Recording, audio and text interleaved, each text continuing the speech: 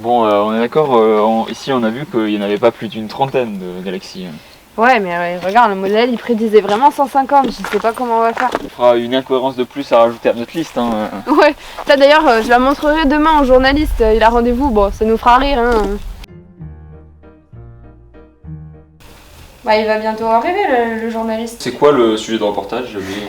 C'est pourquoi parle-t-on de matière noire? Ah mais c'est juste parce qu'on peut pas la voir et on peut pas vraiment la détecter avec nos appareils. Bah en fait, je pense que ce qui va être intéressant, c'est de l'amener vers pourquoi est-ce qu'on est arrivé à parler de matière noire. Ah, je crois que c'est lui. Ouais. Oui, regarde, par exemple, bon, c'est une petite liste, mais ça te donne quelques idées. Oui, effectivement. Mais est-ce que vous n'avez pas des exemples sur ce qu'est la matière noire?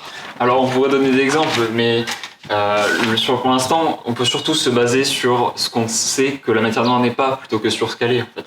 En fait, ce qui veut dire, c'est qu'avec les observations qu'on a à l'heure actuelle, on est plutôt dans une démarche où on sait que ce n'est pas de la matière ordinaire, que ce n'est pas des trous noirs. Oui, que oui, pas... bon, ça c'est bien, mais qu'est-ce que vous faites pour tenter de récolter des informations sur ce qu'elle est, plutôt que ce qu'elle n'est pas?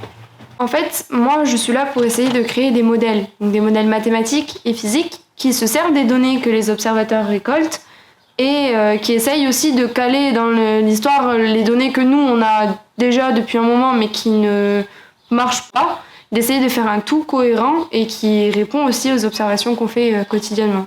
Ah oui, d'accord. Et donc vous, votre travail, c'est de briser ces rêves de théorie. Exactement. Nous avons plusieurs théories intéressantes. La matière noire pourrait être composée de particules inconnues et encore hypothétiques, et pourrait être également responsable du regroupement des galaxies en amas.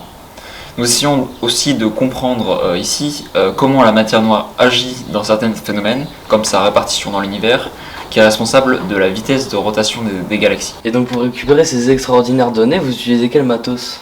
Pour avoir des données fiables, on utilise des observatoires qui sont à la fois terrestres et spatiaux. Ces dernières années, il y a surtout un très gros travail sur les lentilles gravitationnelles.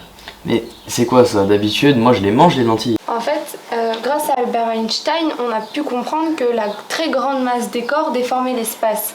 Mais en fait, ça ne déforme pas que l'espace, ça dévie aussi les rayons lumineux.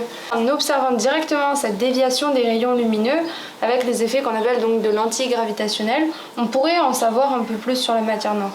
Pour conclure, on peut dire que même si ça fait 100 ans qu'il y a des chercheurs sur le coup, on est loin d'avoir terminé notre travail, parce qu'il nous reste encore quelques incohérences à régler, mais on a encore de l'espoir. Parce qu'on a de nouvelles missions d'observation qui sont lancées actuellement, comme Euclide par exemple, qui peuvent nous aider à résoudre ce mystère.